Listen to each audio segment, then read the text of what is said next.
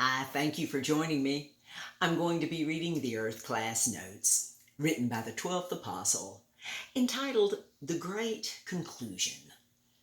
The law of cause and effect is closely related to the law of consequences, this being the foundation upon which everything continues. God created Adam from the elements of the surface of the earth, which also was covered with the judgment of water. A question: what can we learn from God choosing to create his witness in an apparent subjective setting? This setting subjects man's freedom of choice to his position and condition on earth that would strengthen his soul in all of his abilities. The land area over altered earth was far less than the areas covered by water, this being a significant sign of judgment. Judgment for man not ruling the earth as he was intended to do. All proven truth is now freely available to all souls everywhere, and may we have genuine love for all. For this is a great conclusion. We understand the consequences Adam's disobedience to God set in motion due to Adam's position of authority.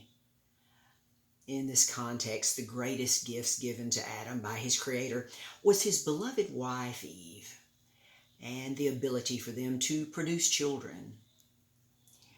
Where there is potential for the greatest blessing therein also resides an equal potential for the greatest change. The accountability and responsibility still being upon men hasn't changed.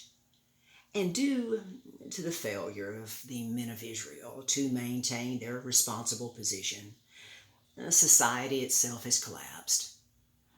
And along with it, man's right relationship with women and the children they produce has fallen into the dust of the ground.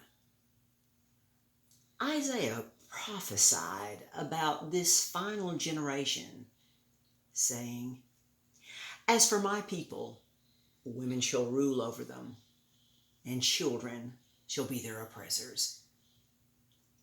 Understand, the great conclusion to man's irresponsibility will take place at the return of God and Jesus to this earth.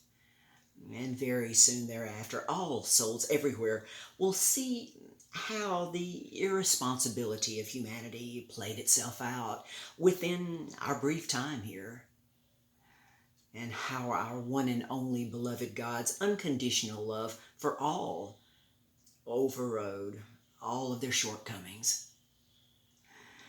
The great conclusion. What is our great conclusion? Our total witness for God and his Son. May our witness be great indeed. Until next time.